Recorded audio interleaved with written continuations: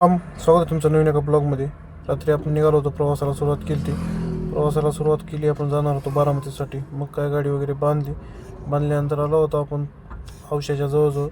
तिथं आल्यानंतर मग म्हणलं थोडा वेळ काय चहा वगैरे घेतला. सोबत आपल्या काय मित्र कंपनी सर्वच होते.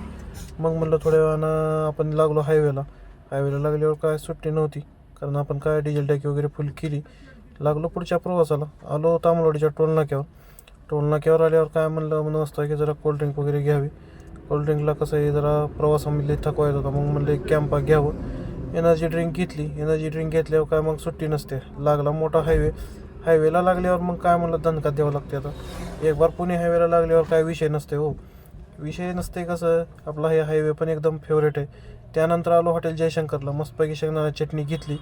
लई दिवस झालं कोणता चहाचं नाव ऐकून होतं. मग मी पिंटू भाऊ होतो सोबत. मग म्हणलं आज पिऊनच बघावं कसं आहे ते.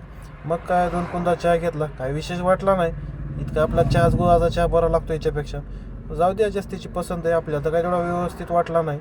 मग काय तिथून लागलो चिकुंदा चहा पिऊन हायवेला लागल्यानंतर मग आलो जवळपास आपण इंदापूरवरून. मग एका माणसानं म्हणलं की बाबा इकडून मधून जावा, बारामतीला जायला जवळ पडेल. मग म्हणलं काही अडचण नाही. तिथल्या हायवेला धरलो. हायवे पण चांगला लागला.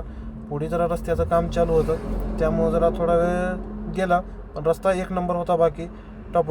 मग काय तिथून लागलो हायवेला. थोडा वेळ पहाटे 1 तासभर झोप झाली. मग गाडी घेतली होती पिंटू भाऊनं.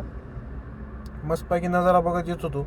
मग फ्रेश वगैरे झालं. रात्री आणलेली शेंगदाणा चटणी, दह्याचं पॉकेट, काय सूप आहे काय सांगायचं, एक नंबर लागत होतं. ते खाल्लं आणि नीट गेलो कृषी प्रदर्शनला, कारण आपण काय ऑनलाईन तिकीट काढलंच होतं.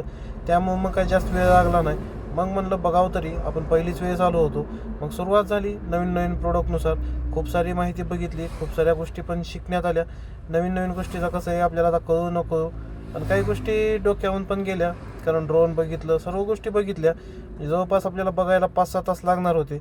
त्यामुळं मग म्हणलं तुम्हाला जेवढं दाखवता येईल तेवढं दाखवू नक्कीच. त्यानंतर आपण पुढच्या सेक्शनमध्ये गेलो. तिथं बघू शकता तुम्ही, हे कसं आहे, फुलं वगैरे होते. हे पॅक हाऊसमधले फुलं होते. याच्यामध्ये वेगवेगळे होते. याचे काय नावं आपल्याला काही लक्षात पण नाहीत, नावं घ्यायसारखे पण नव्हते. त्यानंतर मग पुढे आलो. इथं काय एक छोटे सर होते, त्यांनी काय खूप चांगली माहिती सांगितली. हे काय जरा फॉरेनला जायचं म्हणलं, आउट ऑफ कंट्रीचं पीक आहे. त्यामुळं मग म्हणलं ह्याच्यात काय डोकं चालवून काय फायदा नाही. आपल्या फायद्याचं काय ते बघूया. मग काय इथं मस्तपैकी टमाटो होतं. टमाटोची बी माहिती मॅडमनं व्यवस्थित प्रकारे सांगितल्या. त्यानंतर बघावं तर म्हणलं कसं आहे काय नाही. पुढे जाऊन बघतोय तो काय काळा कांदा, काहीतरी नवीनच काढते. बारामती विद्यापीठ म्हणजे काही जोक नाही. इथं आलं होतं वांग होतं अर्धा किलोचं. गोबी पण तशीच मोठी होती. सर्व व्हिडिओ काय एका पार्टमध्ये आला नाही. पुढचा पार्ट नक्की बघा. धन्यवाद.